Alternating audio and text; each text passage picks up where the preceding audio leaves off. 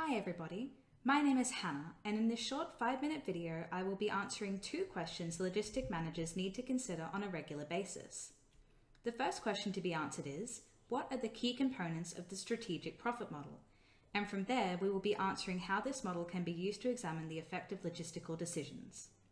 In the current business climate, logistic managers are expected to take control and monitor assets, improve their firm's supply chain wherever possible, and support the company in strategizing ways to improve profitability.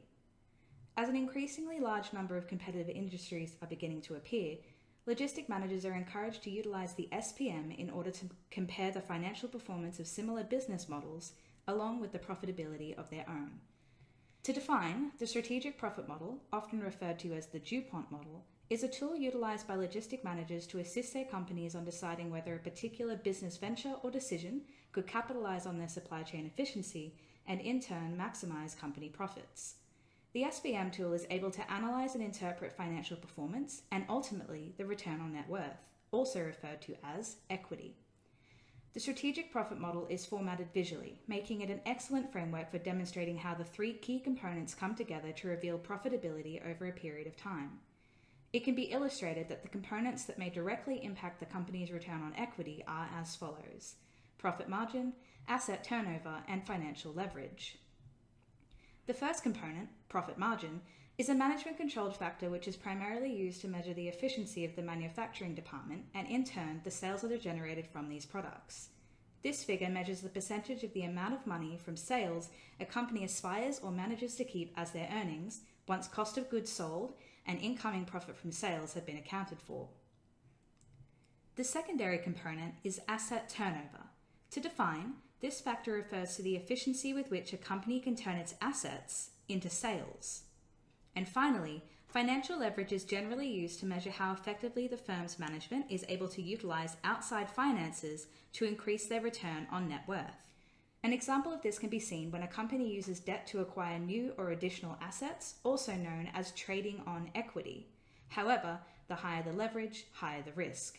A company would be seen as successful if, at the end of the financial period, they have earned a larger profit on the money borrowed than the interest charged to them for using this money. In order to understand the strategic profit model, it is also essential to interpret the way in which this approach is calculated and how the 3 key components come together to reveal the return on equity.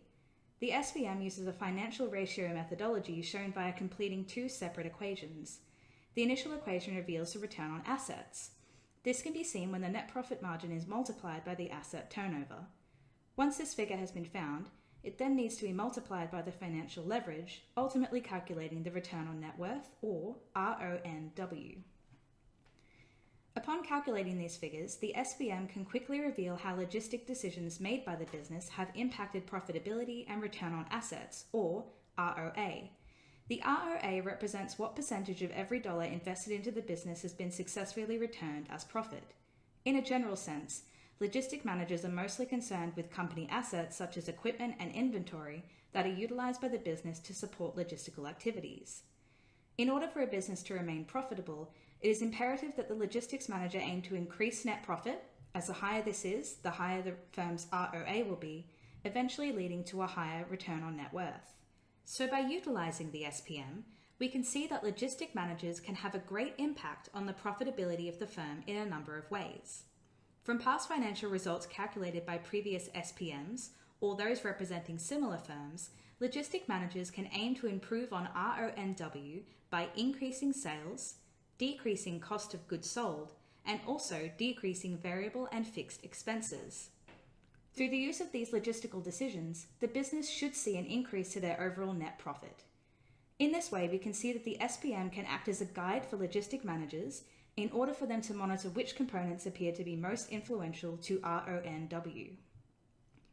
In conclusion, it has been shown that the SPM can be used to measure the effect of logistical decisions in regards to the effectiveness of capital management, expense control, and price management, as well as providing managers with the insight on how to improve profitability during future financial periods. The SPM can play a major role in determining the overall strengths and weaknesses of a company's supply chain and aid managers in deciding whether or not to pursue a business venture. Thank you for watching.